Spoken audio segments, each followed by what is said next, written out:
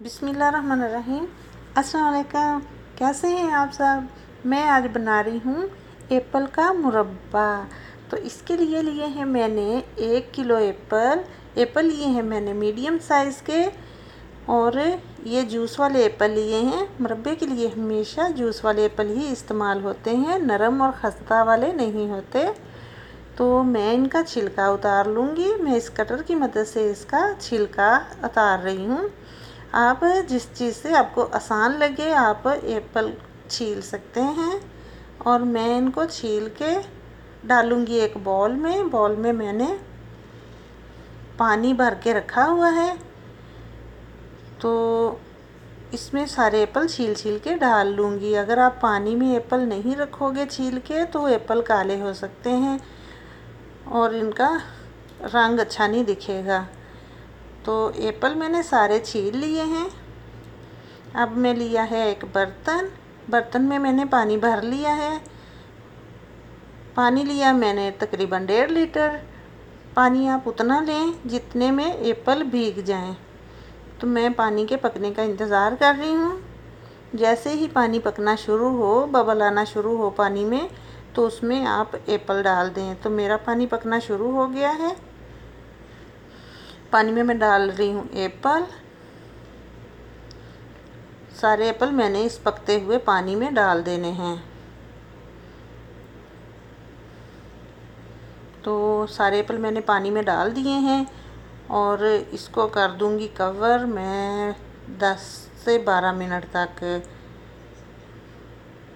और 10 से 12 मिनट के बाद आप इसका ढक्कन उठाएं और देखें। अगर एप्पल खस्ता हो चुके हैं, गल चुके हैं, तो आप इनको निकाल लो।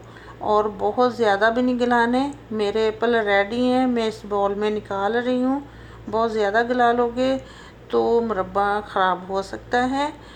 तो उसी पानी में मैंने बनानी है चाशनी। इजाफ़ी पानी में निकाल रही हूँ इस बाउल में। तकरीबन 2 गिलास के करीब मैं पानी रहने दूंगी इसी बर्तन में। बाकी का पानी मैं निकाल लूँगी। तो 2 गिलास के करीब मैंने रहने दिया पानी उसी बर्तन में। उसमें डाल दी है मैंने चीनी को मेल्ट करूँगी।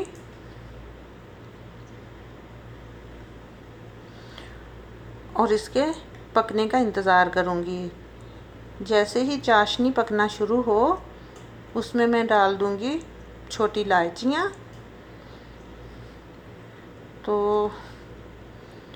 चाशनी मेरी पकना शुरू होगी। उसमें मैंने डाल दिए 6 अदद सब्ज़ इलायची। बहुत ही अच्छी खुशबू आती है इलायची से। इसमें डाल दिए हैं मैंने एप्पल।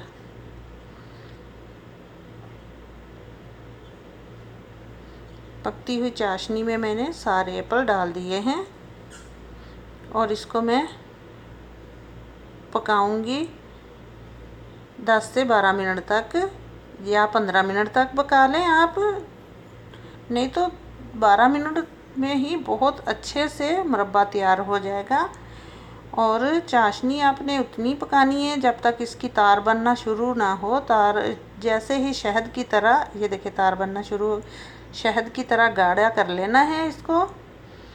तो मेरी चाशनी बिल्कुल रेडी है। बिल्कुल मुरब्बा बन के तैयार हो चुका है। चाशनी भी बिल्कुल शहद की तरह गाढ़ी हो चुकी है। इसमें मैं डाल दूंगी 1 नींबू का रस।